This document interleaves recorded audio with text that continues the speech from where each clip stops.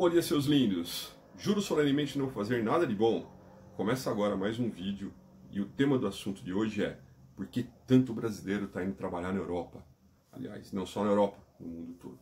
Mas o foco aqui hoje é a gente poder entender por que tanto brasileiro está saindo daqui, principalmente da área de tecnologia, e está indo trabalhar na Europa. Beleza? Então, enquanto eu faço um ajuste técnico aí, tá? Aproveita para se inscrever no canal, para receber as informações, dá uma curtida, beleza? E vamos que vamos, tá bom? Então, tempinho para você fazer isso, ajustando o canal. Beleza, tudo ajustado, vamos embora. A gente está percebendo, semana passada inclusive, a Globo, por 2 vezes, tanto no Jornal da Noite deles, quanto no Hora 1, fez divulgações por que as pessoas estão indo trabalhar em Portugal, né? Que muita gente da área de tecnologia está deixando o Brasil para ir trabalhar em Portugal.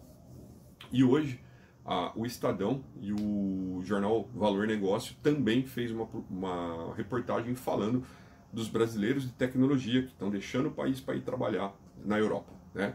E nessa reportagem não cita Portugal, cita mais Alemanha, Suécia e Polônia, como sendo umas 3 cidades bastante procuradas, o que até me surpreendeu porque eu não tinha ideia de números, né? Por exemplo, no ano de 2019, cerca de um pouco mais de 2.000 pessoas deixaram o Brasil para trabalhar na Alemanha. E um dos motivos fortes do pessoal estar indo trabalhar na Alemanha é que, por causa do Brexit, muitas empresas que atuavam com tecnologia na Inglaterra estão deixando a Inglaterra para ir ter tecnologia na Alemanha, estão se baseando na Alemanha, porque eles não sabem o que vai acontecer com a saída da Inglaterra do Reino Unido, na verdade, da comunidade europeia, e o pessoal vai precisar ter livre comércio, então eles estão procurando os países como a Alemanha, como Portugal, como França, para se basear, para continuar tendo os livres acordos de comércio entre esses países, né? Então, e junto com isso a gente está tendo uma demanda muito grande por desenvolvedor da parte de mobilidade, que eu já comentei um pouquinho disso no outro vídeo que eu fiz. E o que acontece? Está tendo uma demanda global. Ao mesmo tempo, o mundo todo está precisando de profissionais dessa área.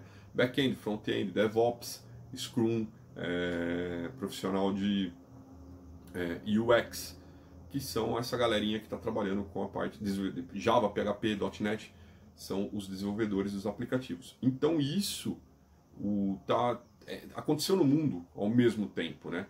E então a molecada, digamos assim, que está começando a aprender a trabalhar com TI agora, o que eles têm feito muito? Eles já têm procurado direto essas tecnologias, porque é uma coisa que é prazerosa para eles, é gostosa deles trabalharem e tal, e é uma parte de transformação que você começa a fazer e automaticamente você já está tendo o resultado ali, e isso você vê no celular, no notebook, é muito rápido, é muito gostoso tudo de fazer. E com isso, outras profissões, por exemplo, a minha área, analista de SAP, por exemplo, está tendo uma baixa procura. Tá? Somado a tudo isso, a gente tem uma recessão na nossa área aí que vem desde 2015. Né? E a gente costuma falar que o pessoal da tecnologia sempre sente a recessão primeiro. Né? Então, desde 2015, mais ou menos, a gente está tendo esses problemas de empregabilidade aqui no país. Ok, sobram vagas alguma hora, mas o país não investe na nossa área. E quando eu digo o país não investe nessa área, é simples. É só você analisar quantas pessoas estão trabalhando com tecnologia perto de você. Se você não mora em São Paulo, você vai assustar. Tá? É normal você entrar Hoje em dia, terceirizaram tudo com o Facebook. Né? A empresa quer anunciar alguma coisa, anuncia no Facebook. A empresa quer vender alguma coisa, anuncia no Facebook. A empresa quer procurar alguma coisa, anuncia no Facebook. E assim, isso aí, ok, é uma plataforma barata, é uma plataforma que quase não tem custo. Você faz um videozinho ali, você faz um anúncio mal montado e tal. Só que qual a visibilidade que isso está te trazendo? Né? Não está trazendo. E quando você está investindo em tecnologia para o resto, quando você investe em segurança, quando você investe em desenvolvimento de novos produtos, em transformação, você não está investindo nisso aí. E hoje o profissional de tecnologia é muito requisitado para isso, a gente é muito necessário. Tá? De qualquer coisinha que você for fazer hoje, precisa. Quer ver um exemplo básico? Eu tenho uma pessoa da minha família que trabalhou num órgão público e eles tinham uma dificuldade tremenda de trazer um técnico, um especialista para poder mexer nos aparelhos de manutenção da parte de hospital, da parte de raio-x, essas coisas e tal. E essa pessoa é formada em TI, ele não conhece nada da área de saúde, ele nunca tinha visto software, só que chegou lá, qual que era o problema? O problema não estava na máquina, o problema estava na atualização do software. Esse local, essa unidade não tinha um especialista em tecnologia lá. Essa pessoa que eu conheço foi lá, leu o manual, deu o download numa nova versão de software e 2 ou 3 máquinas que estavam paradas há tempos dentro dessa unidade de saúde voltaram a funcionar simplesmente por causa da atualização do software. É ridículo isso, mas acontece. Tá? Então, falta gente capacitada para fazer isso dentro de uma área governamental que é gigante, que não poderia acontecer. Tá bom? Então, o Brasil está investindo mal. Diante disso, o que está acontecendo? Desde 2014, mais ou menos, está tendo uma debandada de pessoas para outros países. Estados Unidos sempre foi uma busca natural das pessoas irem para os Estados Unidos, até por causa das proximidades das empresas brasileiras, americanas que a gente tem aqui. Então é normal a gente ver que a pessoa deixou o Brasil para ir para os Estados Unidos. Só que os Estados Unidos tem um problema, né? Vamos supor, se eu consigo um emprego para os Estados Unidos, se eu consigo o meu visto de trabalho para lá, a minha esposa não tem visto de trabalho para lá. Então, se ela for comigo para lá, muito provavelmente ela não vai poder trabalhar. Ela vai ficar lá como minha esposa por um tempinho, mas ela não pode exercer a profissão dela lá. Isso é muito ruim, porque não deixa com que ela possa se envolver profissionalmente em outra coisa. Aí ela começa a ficar com saudades de casa, tudo, e o negócio não é bem legal. Então, os Estados Unidos têm essa dificuldade, mas ainda é o maior centro de importação de brasileiros de tecnologia. E na sequência, os 2 países mais procurados são Canadá e Portugal. E uma novidade, né? Depois de Portugal, a Alemanha hoje é a maior importadora de mão de obra brasileira, seguido pela Polônia, que é um grande centro de tecnologia. Falando especificamente de Portugal, que tem uma pessoa do meu convívio comum que está buscando uma oportunidade lá, na verdade já está tudo certo, está tirando visto de trabalho para ir para lá. Então eu tenho lido muito, tenho assistido muito vídeo sobre Portugal para entender por que tanto brasileiro está indo trabalhar em Portugal. Eu não vou ficar falando óbvio aqui, que é proximidade de língua, que é segurança, que é a comida, isso aí todo mundo já sabe, não precisa ficar falando muito. A diferença é que Portugal passou por uma crise há 8 anos atrás, e o que eles fizeram? A gente tem que investir em gerar riqueza dentro do país, em gerar atividade econômica dentro do país. Como o salário mínimo de Portugal é muito baixo, é o mais baixo da comunidade europeia, gira em torno de 600 euros, apesar que o governo acabou de anunciar que em janeiro ele vai subir para 630, era 580 em 2018, então quer dizer, em 2 anos aí o governo português deu um aumento de quase 10% do salário mínimo, ao contrário do Brasil, que congelou o aumento do salário mínimo e não vai dar porcaria nenhuma, nem a inflação direita está dando. Mas assim, um trabalhador de TI em Portugal, ele ganha por volta de 3 salários mínimos, de 3 a 4 salários mínimos, tá? Então entre 1.800 e 2.400 euros livres de impostos. E se você for fazer uma conversão simples, talvez você fale assim, mas eu ganho mais no Brasil.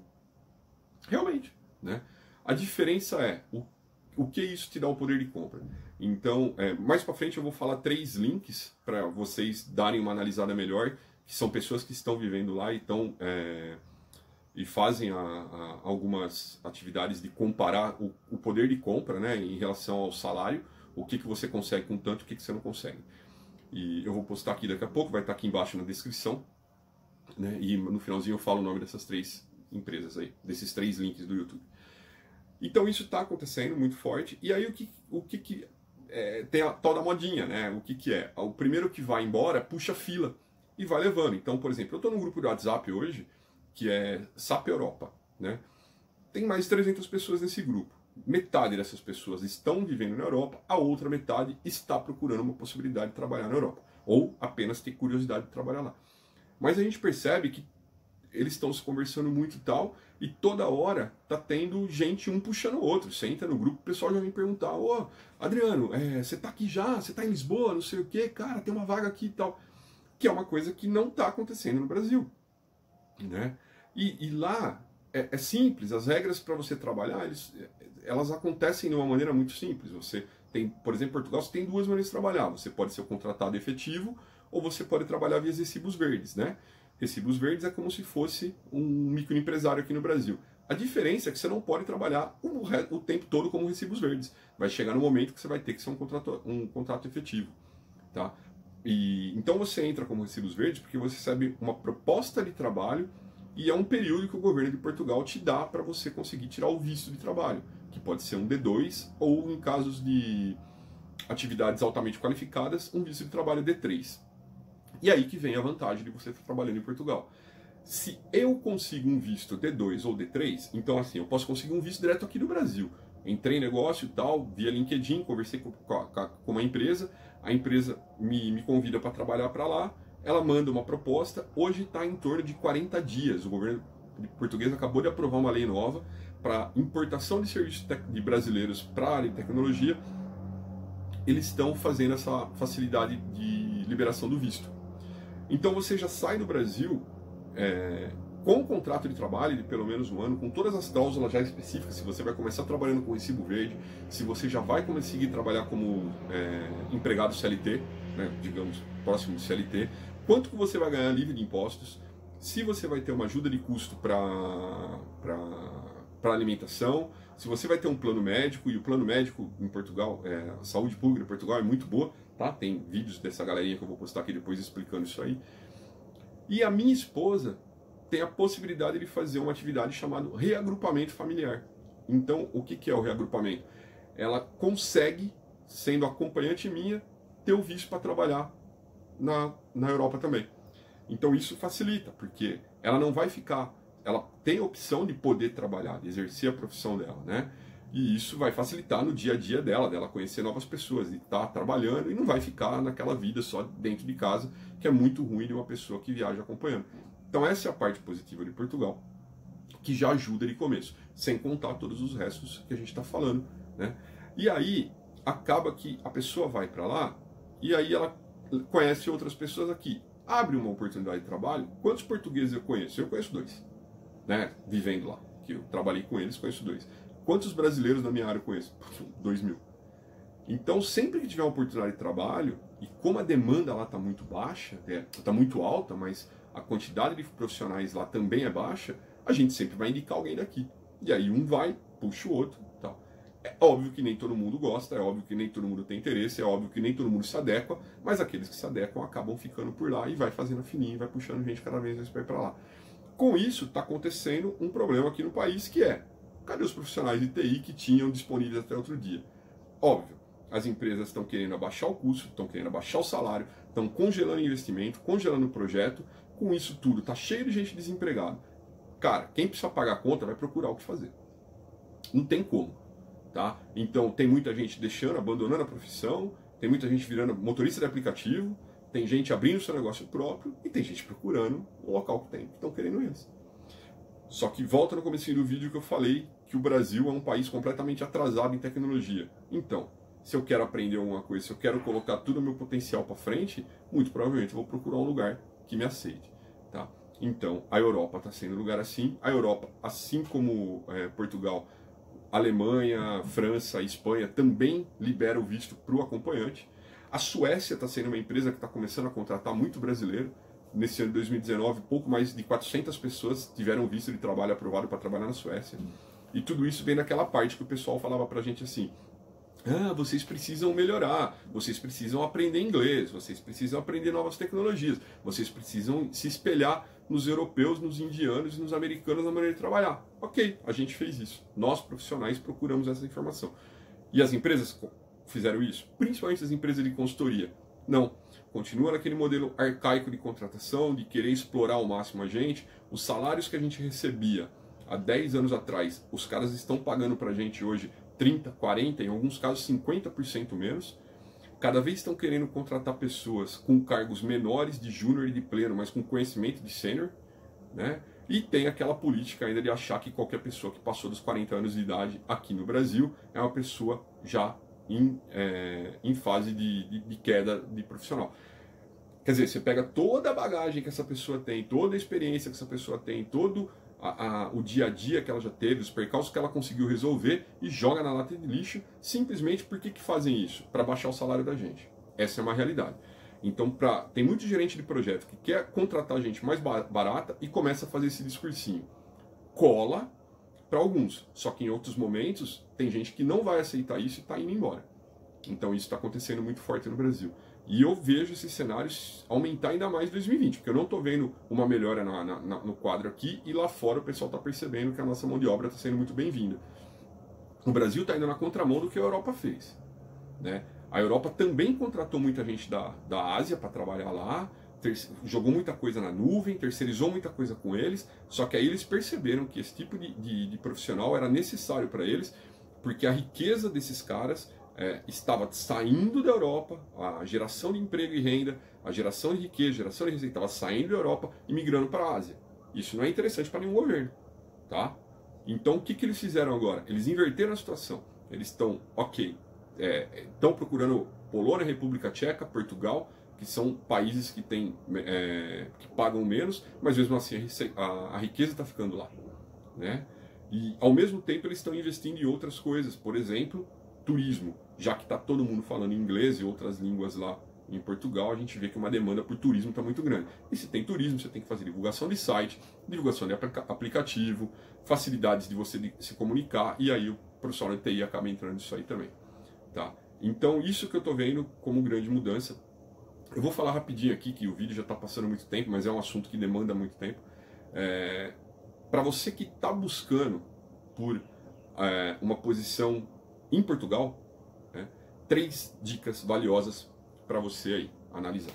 Primeira coisa, busque o valor de aluguel, de arrenda, eles chamam de arrendamento lá, das principais cidades portuguesas, tá bom? Vocês vão ver que arrendar um apartamento, um T1, um T2 em Lisboa está muito caro. Está muito caro e está muito difícil.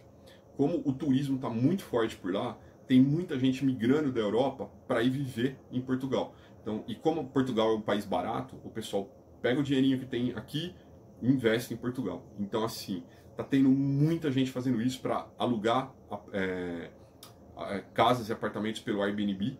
Com isso, o custo do arrendamento está muito alto mesmo, chega a quase 50% do valor de algumas rendas aí, as rendas do valor de salário limpo de algumas pessoas. Então, isso é um cuidado que você tem que tomar muito forte. 2. Europa não é lugar para você ficar rico. Europa é um lugar para você ter qualidade de vida e viver bem. As coisas lá, todo mundo tem um salário justo para conseguir viver. Eu não disse sobreviver, eu disse viver, tá? Então, não pense você que você vai para lá, em um ano você vai juntar. Eu não sei se você consegue juntar alguma coisa no primeiro ano lá, porque é tanta coisinha que você vai ter que gastar. E o salário não é assim. Aqui no Brasil, por exemplo, é normal a gente ter profissional de TI ganhando 15 mil reais por mês. 15 mil reais por mês, uma conta rápida, a gente está falando de 15 salários mínimos. Portugal, o salário mínimo que eu falei para vocês é 6 mil reais. Eu não vou achar... 6 mil euros, perdão. Eu não vou achar pessoas lá de TI ganhando 9 mil euros por mês. Não tem. Tá? A média salarial da galera lá que é registrada vai variar de sênior, vai variar de 2 mil euros a 3.500 euros. Tá? Então a gente está falando de 3 salários mínimos até uns 5, 6, talvez. Mas se vive bem com esses valores lá. Tá bom? Então, não faça essa conversão também. Eu ganho tanto em real, vou ganhar tanto. Não é isso. Quer ir para lá? Assista muito vídeo, veja quanto custa a vida, os programas que estão tendo lá, quais são as coisas boas que está lá, como se você precisa ter carro, se você não precisa ter carro, se você pode andar de transporte público, quanto custa um aluguel, quais são as dificuldades para alugar e o principal, não dá para você ir lá sem dinheiro, você tem que se programar.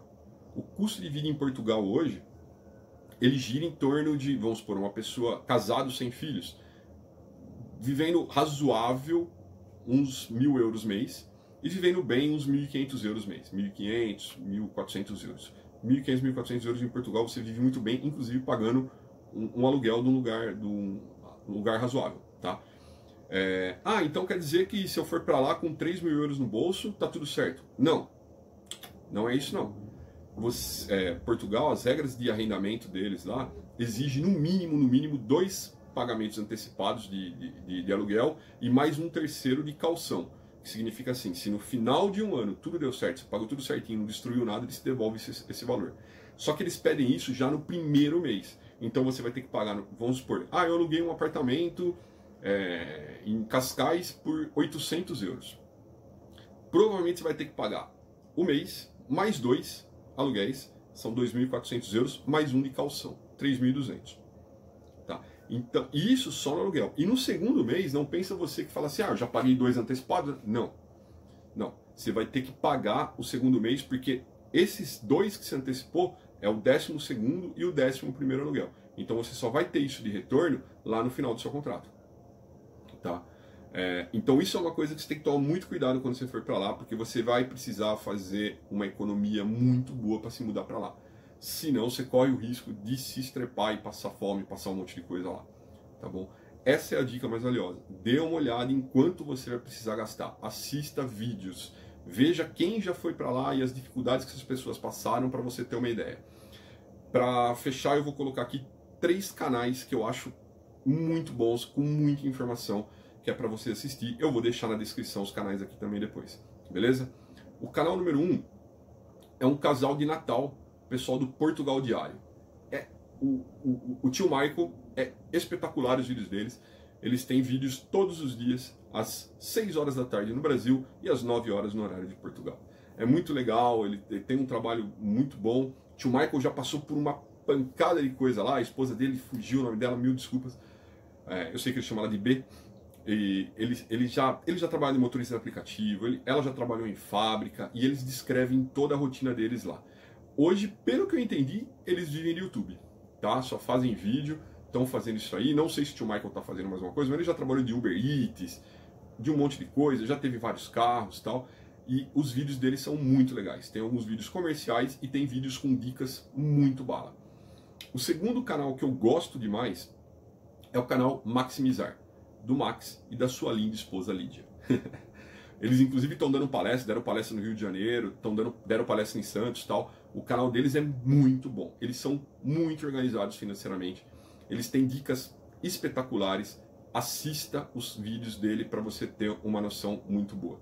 E para você que é de TI, quer entender como é que quer uma linguagem um pouco mais jovem e quer entender, o Tuga Life, tá? Que é o canal do Denis, é muito legal, muito legal. Eles mostram alguns perrengues que eles tiveram para alugar, problemas que eles tiveram com companhia de energia elétrica, com companhia de luz, facilidades que eles tiveram, e eles fazem algumas comparações de valores, de quanto você precisa para conseguir comprar um iPhone, comprar um computador, comprar outros produtos de tecnologias em relação ao salário mínimo lá e aqui. Quanto tempo você precisa trabalhar e tal. Cara, tem vídeos muito legais dele, muito legais. Eu gosto demais do canalzinho deles lá, tá bom? E se você quiser dar risada, vai um link bônus aí, que é o pessoal do Irmãos de Vaca, tá? Que é o Dudu e a Naninha, que eu dou muita risada com os dois, são 2 casais, são 2 irmãos de Minas Gerais, eles estão vivendo em Portugal quase 2 anos já, alguma coisa assim.